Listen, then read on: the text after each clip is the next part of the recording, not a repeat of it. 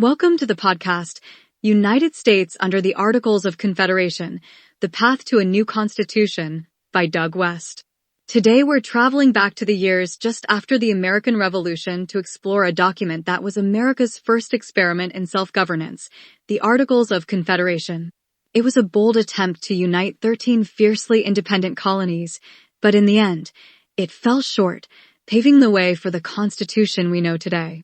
The story of the Articles is one of triumph and struggle, a lesson in nation-building, resilience, and the enduring quest to balance liberty with unity. To understand the Articles of Confederation, we have to begin in the midst of the revolution of the 13 colonies against Great Britain. It's the year 1776. The colonies had just declared independence from Britain, but war still raged on, and victory was far from certain. The colonies needed a unified front to fight the British, yet they also feared centralized power. After all, wasn't that why they'd rebelled against King George III in the first place? The answer lay in compromise. In 1777, John Dickinson and a committee of delegates in the Continental Congress drafted the Articles of Confederation and Perpetual Union, a document that bound the colonies together in a league of friendship. The aim was clear: create a national government strong enough to handle shared interests like war, treaties, and diplomacy, but weak enough to preserve the sovereignty of the states. It took 4 long years of debate, but in 1781, all 13 states finally ratified the Articles. For the first time, the colonies were united under a common governing framework, and the fledgling nation stepped forward into an uncertain future. So, what did this new government look like? Well, the Articles established a very limited system of national authority. There was no president, no national court system, only a Congress. This Congress was unicameral, meaning it had one chamber, and each state, no matter its size or population, got just one vote. The power truly rested in the states, reflecting a deep fear of tyranny that still haunted the revolutionary generation. Congress had some powers. It could declare war, conduct diplomacy, and settle disputes between states. But it couldn't collect taxes or regulate trade. Instead, it relied on voluntary contributions from the states to fund its operations. It could pass laws, but enforcing them was another matter entirely. And if Congress wanted to amend the Articles, well, that required unanimous consent from all 13 states, a nearly impossible task. This structure, though innovative at the time, revealed its flaws as the nation struggled to govern itself. The League of Friendship was noble in spirit, but in practice, it left the central government toothless and largely ineffective. Despite its limitations, the Articles of Confederation did have its successes, and these should not be overlooked. The most obvious achievement was that it helped the colonies win the Revolutionary War. Under its framework, Congress coordinated military strategy, negotiated crucial alliances, most notably with France, and helped steer the colonies to victory. In 1783, the Treaty of Paris was signed. This treaty formally ended the war and secured American independence, affirming the United States as a sovereign nation.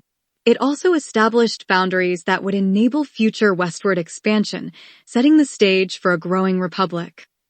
And then there was the Northwest Ordinance of 1787, which remains one of the Articles' greatest legacies. This legislation provided a blueprint for governing the Northwest Territory, an area that would eventually become the states of Michigan, Wisconsin, Illinois, Ohio, Indiana, and Minnesota. The ordinance banned slavery in these new territories and established a process for admitting new states into the Union. It showed that even under a flawed system, Congress could make decisions with lasting impact. The Articles, in their own way, succeeded in uniting the colonies under a common cause and providing a foundation for what would come next. However, it didn't take long for the weaknesses of the Articles of Confederation to become painfully clear. Without the power to tax, Congress had no reliable source of revenue. It couldn't pay off war debts or fund even the most basic operations of government. States printed their own currencies, creating inflation and economic chaos. Trade disputes between states were common, as there was no authority to regulate commerce. And then there was the issue of national security. Without a standing army, the central government was powerless to respond to threats.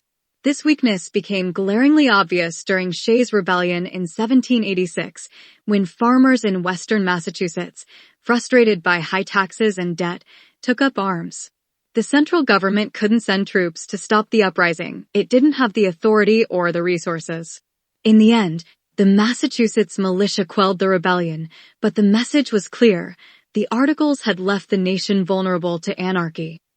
As the economic and political challenges mounted, leaders across the country began calling for change. The Annapolis Convention in 1786 marked a turning point. Though sparsely attended, this meeting planted the seeds for a broader effort to address the weaknesses of the Articles.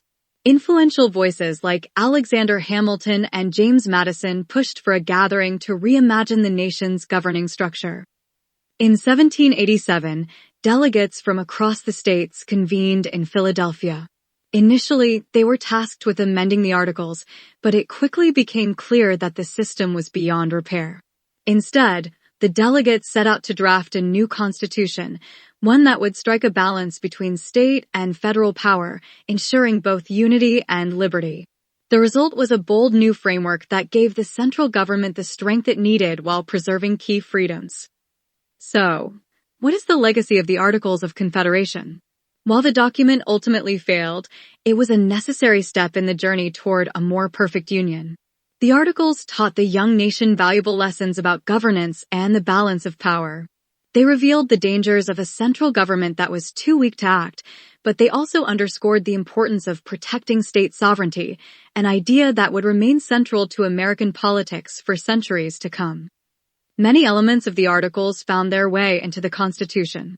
The principle of equal representation for states, which lives on in the Senate, is one example. The debates sparked by the Articles over the limits of federal power continue to shape American politics to this day. Ultimately, the Articles of Confederation were a reflection of their time.